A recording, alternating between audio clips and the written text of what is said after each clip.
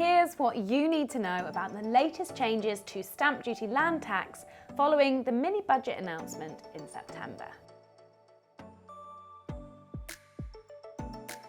In September, Chancellor of the Exchequer Kwasi Kwarteng, aka the guy that's in charge of the UK's money, announced a permanent cut to stamp duty. From the 23rd of September 2022, you won't have to pay stamp duty on the first £250,000 of your property, which is double the previous threshold of £125,000. The threshold for first-time buyers has also increased by £125,000.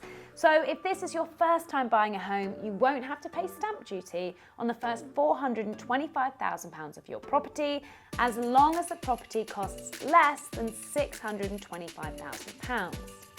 These rates only apply in England and Northern Ireland. Wales and Scotland have their own rates.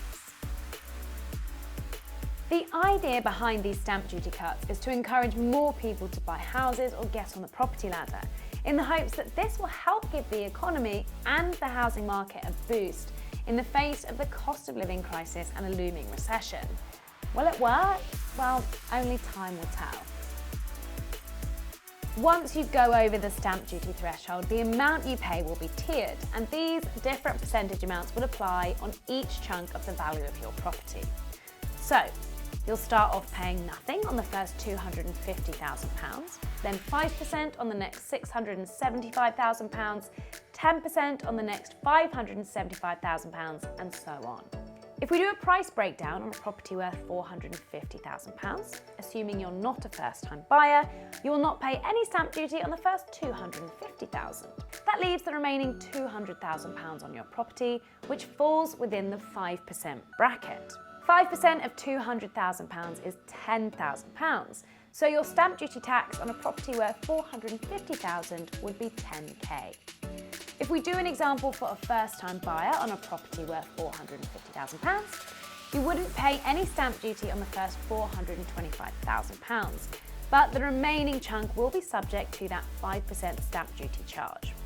So, £450,000 minus £425,000 is £25,000.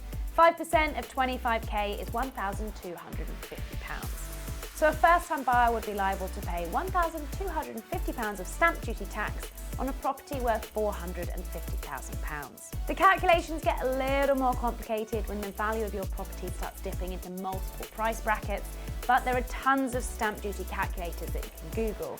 And to be honest, if you're buying a property for over £1 million, you've probably got someone who can help you out with a little stamp duty calculation.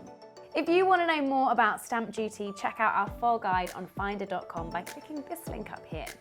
If you enjoyed this video, like, subscribe, and be sure to hit that bell button to be the first to know when a new video drops. Thanks for watching.